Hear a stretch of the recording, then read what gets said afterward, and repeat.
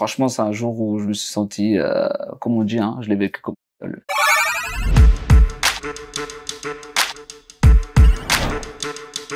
Goulam, artiste comorien, originaire de l'île d'Anjouan.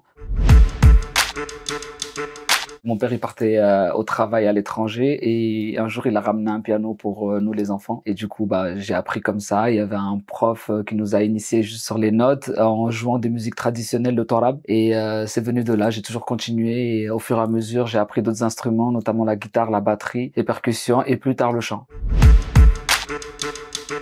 La démocratie, c'est de la famille. En vrai, c'est de la famille et ça fait partie aussi des personnes qui nous ont bercés, qui nous ont même donné l'inspiration dans la musique, j'ai envie de dire. Non, non, jamais. En vrai, je pense que quand on aime quelque chose, on n'a même pas le temps ni la conscience de se demander est-ce qu'on veut arrêter parce qu'on aime trop ça, en fait. J'ai fait des études en informatique, j'ai fait un bac S, un bac D, parce que c'est un bac que j'ai fait aux Comores. C'était les bacs à l'ancienne et tout. Et après, j'ai fait des études en informatique, un bac plus 5 en informatique. Et puis j'ai travaillé 3 ans avant de me consacrer à fond dans la musique. La famille, j'ai toujours eu de la famille ici. Je suis venu ici pour la première fois, je crois que j'avais 7 ans. J'ai fait beaucoup d'allers-retours. Mais sinon, j'ai jamais vraiment vécu à Mayotte. Ça s'est fait de manière, on va dire, très évolutive. J'ai pas du jour au lendemain tout lâché. Je commençais à, on va dire, à gagner quand même ma vie dans la musique peu à peu, jusqu'à ce que ça me fasse, on va dire, l'équivalent du salaire que j'avais dans mon métier en informatique. Et c'est de là que j'ai switché. Donc, on va dire, c'est passé crème. Ouais, mon cœur, il est pris.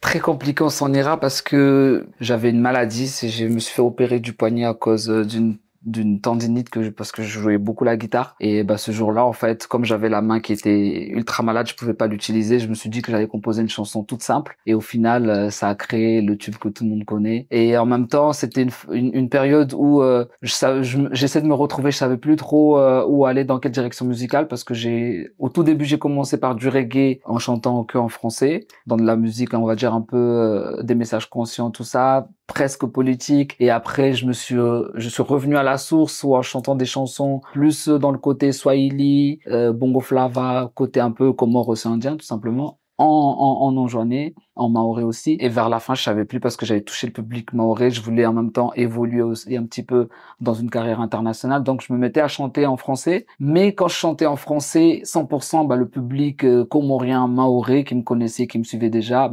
n'adhérait pas forcément à cette direction-là. Alors, je me suis dit quoi? Je me suis dit, bon, pour faire plaisir à tout le monde, pour pouvoir évoluer dans la carrière internationale, je vais commencer à chanter en français, mais tout en gardant aussi mon côté des îles ou en chantant dans ma langue natale. Du coup, j'ai commencé à mélanger et c'est pour ça aussi dans On s'en ira où on voit beaucoup du français, du enjouanais maoré. Et du coup, en fait, c'était une période où il y avait cette maladie et il y avait cette phase où je me cherchais dans la musique et le bon Dieu était avec moi et ça a donné ce que ça a donné. En vrai de vrai, quand j'ai composé On s'en ira, je me suis jamais dit que j'allais composer un hit. Je me suis juste laissé porter par la musique, par ce que j'aime faire et ça a donné ça.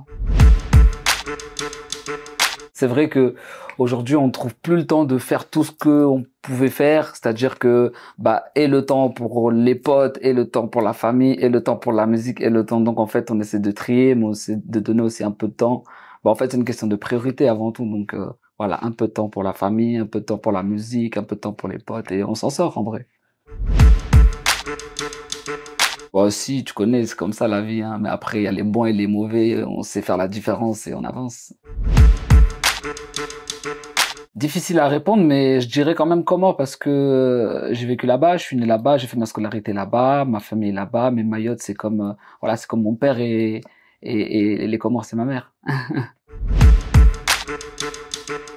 En vrai, je pense que j'ai même pas le temps de me poser ça tellement la vie elle est speed aujourd'hui. Et on espère juste que les choses aillent dans le bon sens et que tout se passe bien et que on continue de faire ce qu'on aime. Dans 5 ans, j'espère que je serai encore dans la musique puisque pour l'instant, j'ai jamais songé à abandonner ni à arrêter. Mais quel que soit le chemin que je prendrai, à partir du moment où j'aime et je me sens bien dans ce que je fais, on suit le vent.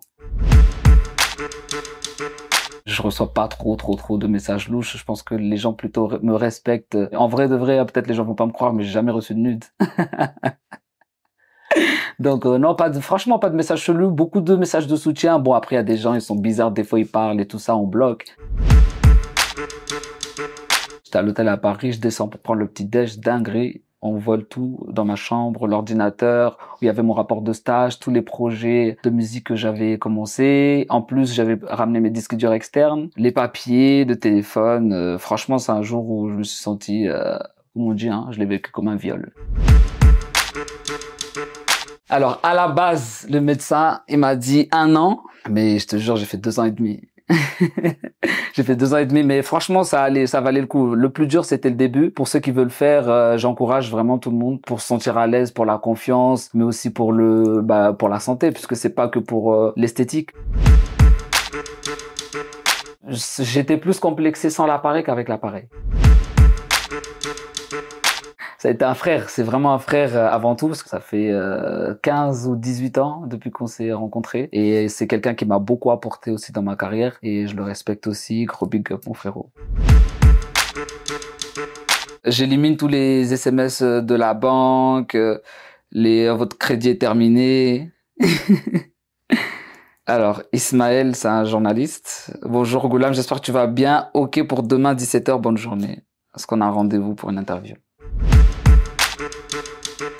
Des collabs, beaucoup de collabs qui sont à venir, dont je dirais pas forcément les noms, normal. S'armer de patience, de volonté, d'acharnement et surtout être indépendant, je le dis beaucoup, c'est dans le monde d'aujourd'hui, si on attend qu'un autre te donne des tuyaux, qu'un autre te donne un travail, on n'avance pas. Donc vraiment essayer d'être indépendant, de faire les choses soi-même et de se donner les moyens tous les jours et avec la passion et le travail, ça va.